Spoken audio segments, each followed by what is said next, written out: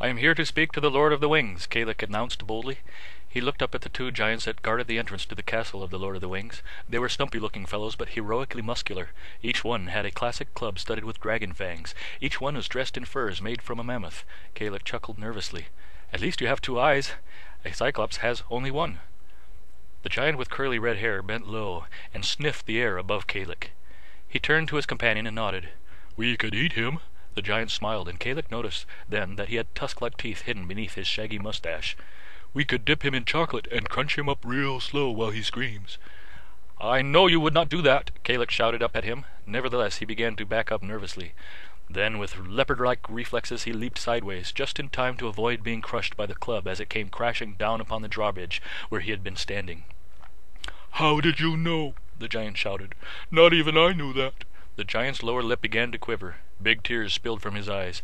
He sat down with a crash, letting his club fall beside him. He rocked himself, hugging his knees.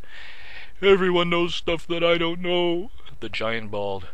There now, not everyone can be smart like me," the other giant said, patting him on the head. "Oh, you're the smart one. I should have been talking to you, because you know why the Lord of the Wings would want to see me." "That's right. I'm much smarter than a boy with a shield and a sword. I have a big club, and I will hit you with it if you can't tell me the right answer to my question," the smart giant said. "What is your question?" Kalik asked. Oh yes, why would the Lord of the Wings want to see you?" "That's a tough question. Can I think about it for a moment?" Kalik asked. "Very well, but if I think of the answer first, then I'm the smartest," the giant said. Kalik knelt down and bowed his head as if thinking. The giants both leaned close to watch him. They looked at each other, troubled expressions in their eyes. Kalik peeked up at them out of the corner of his eye. This made the smart giant anxious. He began shifting his weight from foot to foot, groaning with worry, wringing his stubby fingers. The dumb giant began to cry with terror and chew his fingernails. Suddenly, Kalik looked up and gave the giants a smile. Just as he expected, the smart giant roared with panic and stumbled backward against the iron doors at the entrance to the castle. "Wait!" the smart giant shouted, waving his hands frantically. "I know the answer! I know the answer!"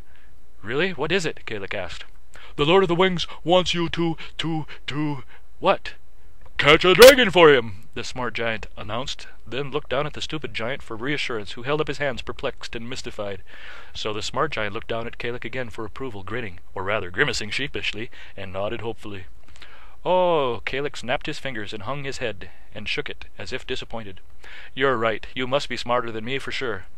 "I am?" The giant was shocked. "I got it right! I got it right!" He began bouncing up and down, crashing the drawbridge. The other giant began bouncing excitedly also. Kalik could not stay on his feet. "Mr. Giant! Mr. Giant!" he waved at him. What?" Thankfully the giant stopped hopping. "Shouldn't you take me to the Lord of the Wings so we can tell him I'm here to catch a dragon for him?" He nodded enthusiastically. "Oh, my, yes!" The giant reached down and picked up Kalik with one hand. With the other hand he pulled open the iron doors. "We must hurry! The Lord will be so happy you have come!" As he swished back and forth through the air, Kalik thought, "What have I got myself into? Well, at least I will be able to ask him to help me find my brother." For Kalik had come to the Lord of the Wings because he had lost his younger brother in the Forest of the Wolves.